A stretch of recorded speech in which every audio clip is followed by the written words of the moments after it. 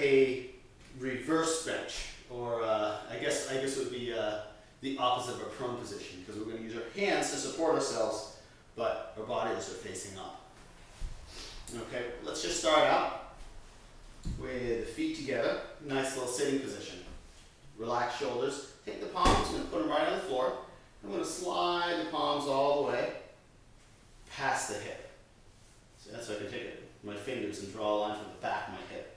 And just a little bit outside the body, like I would say you could be directly in alignment with the edge of your thigh, or one hand's width outside. No problem. You have a little bit of play here. You have to decide what feels most comfortable for you. This is going to vary based on the width of your shoulders, the length of your arms. So play with it a little bit. Pulling the hands back, I'm going to come out a little bit to the side. Now, from here, I'm going to open up the hand. See what I just did? I spread the fingers, but I kept the thumb where it was. I'm just spreading the fingers. And by spreading the fingers, what does that do? See that? It opens up the shoulder. And it pulls the elbow back. Right? And that's very important for the position. Because as it pulls the elbows back, it actually gets the shoulders pulled back a little bit.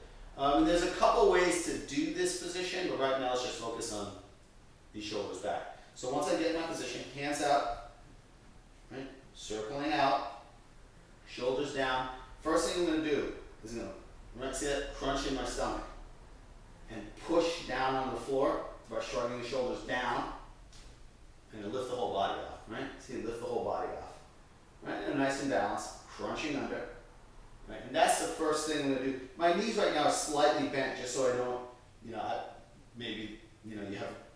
somebody might have weak knees or something like that, or you don't put pressure on them so they're not locked, they're slightly bent. And the next thing I'm focusing on is pushing down, right? And tucking under. And that's basically the first step of what you want to do for this position, okay? For the reverse floor horse. And then you can relax. Now, let's just take that a step up further if you feel pretty comfortable with that. All right, so we're going to do the same thing. Shoulders down, knees slightly bent, crunch the stomach, and push down by shrugging down with the shoulders. And now from here, I'm going to focus on pulling back. See that? Pull the shoulders back. Pull the shoulders back. Right, so I'm rounding out the back of my body, but at the same time still crunching the stomach. Now from here, I'm going to gently lift up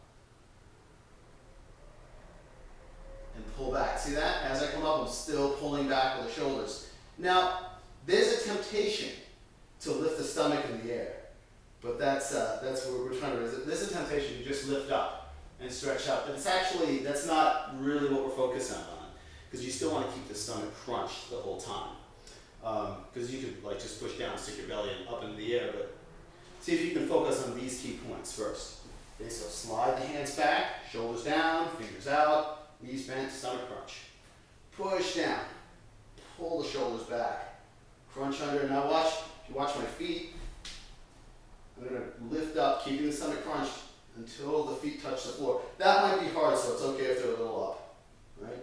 But I do want to focus on pulling the shoulders back, crunching, and then I can open up the chest a little bit. And then, this is a basic position you're going to hold. Now, you can hold this, like most of the hands down positions, 30 seconds is fine, a minute, 2 minutes. But start out really simply. If the basic push down and shrug back is already difficult, then just work with that, or work with little sets. You can hold it up for a few seconds, then relax, hold it up for a few seconds. Now, as I was saying before also, the other key point is really focus on pulling your shoulder blades back.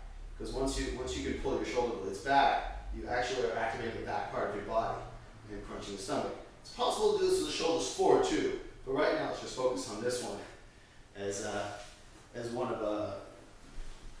pose that can actually start to put some energy in the back of the body, or the back portion of the dantians and the back of the legs. Another great arm exercise, so add it into your posture routine.